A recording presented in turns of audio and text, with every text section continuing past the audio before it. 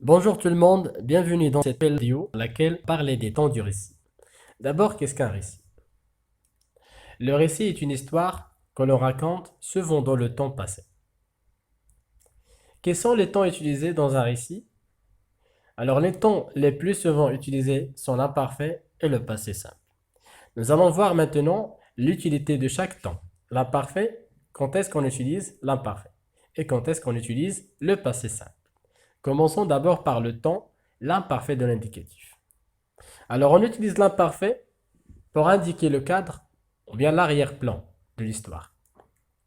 Exemple, elle était une fois un chat très malicieux et deux poissons extrêmement amoureux. Alors là, le verbe être, il était. Là, on met le lecteur dans le cadre de l'histoire, ou bien l'arrière-plan de l'histoire. On peut utiliser l'imparfait pour la description. Par exemple, elle était très grand et gros avec de larges yeux jaunes moutarde. Elle avait deux petites oranges fines sur sa tête qui étaient dépourvues de nez. Alors ici, les verbes que vous voyez en couleur orange, elle exprime ici la description. Comment il était? Elle était très grand. Elle avait deux petites oranges. Il était dépourvu de nez, etc. On peut utiliser l'imparfait pour indiquer la répétition ou bien l'habitude. Par exemple, elle n'avait qu'un petit restaurant. Chaque fois, il partait avec une branche dans son champ et il frappait les citrouilles. Là, l'expression chaque fois exprime la répétition, ou bien l'habitude. Il partait avec une branche. Donc, on utilise l'imparfait. On utilise l'imparfait aussi pour marquer la durée d'une action. Par exemple, il l'a soigné pendant des heures. Il l'a soigné pendant combien? Pendant des heures. L'expression ici des heures, c'est une durée. Alors là, le verbe est conjugué à l'imparfait. Il l'a soigné pendant des heures. Passons maintenant au passé simple. Alors le passé simple est utilisé pour raconter des faits complètement achevés, complètement terminés. Par exemple, la police arriva et tua le monstre. Depuis ce temps-là, on n'entendit plus parler de lui. Là, les verbes arriva et tua, ce sont des actions qui sont terminées. Alors, ils sont achevés. On peut utiliser le passé simple pour raconter des faits marquants, dits de premier plan, comme l'élément perturbateur.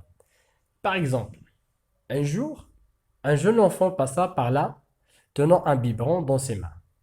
Elle s'assit sur un vieux tronc d'arbre, et tout à coup, le singe lui vola son biberon. Regardez la dernière phrase. Le singe lui vola son biberon. Là, l'action du verbe voler est dans le passé simple. Et regardez l'expression tout à coup, c'est-à-dire c'est une action qui est soudaine. Alors là, c'est un élément perturbateur dans l'histoire. On utilise donc le passé simple. On peut utiliser aussi le passé simple pour raconter une action soudaine, surprenante. Par exemple, tout à coup, la maison bougea. Il surgit un fantôme dans le noir. Hugo réussit à le tuer. Là, c'est une action qui est surprenante, soudaine.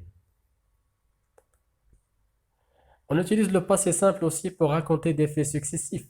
Par exemple, elles virent de la fumée qui partait de leurs deux murs, puis elles entendirent un craquement horrible et ils virent que c'était leur logis qui décollait. Là, il y a une expression qui exprime la successivité, c'est l'expression puis. Là, on doit utiliser le passé simple.